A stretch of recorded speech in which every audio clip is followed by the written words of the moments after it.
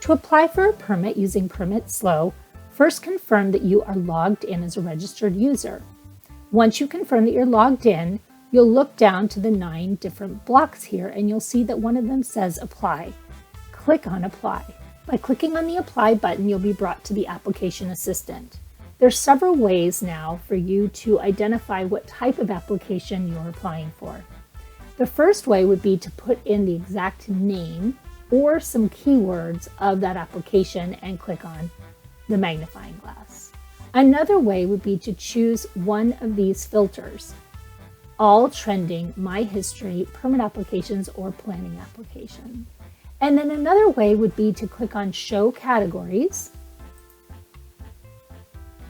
and see that below show categories, there's a plus sign under permit applications and planning applications. Let's do permit applications. We click on the plus sign and you can scroll down to try to find the application that way as well. For this example, I'm going to close hide categories and I'm just going to click into the search bar and I'm going to type in trailer. I'm looking for a temporary trailer for residential new structure.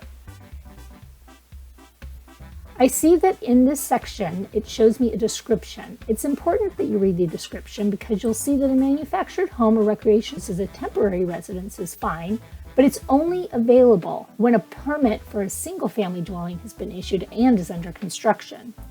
If I can say that that is the case, I can click on Apply. If not, I do need to contact the county. Click on Apply. And then this will bring you to the online application. Here there will be a stepper above identifying each step that needs to be completed before you go to the next step.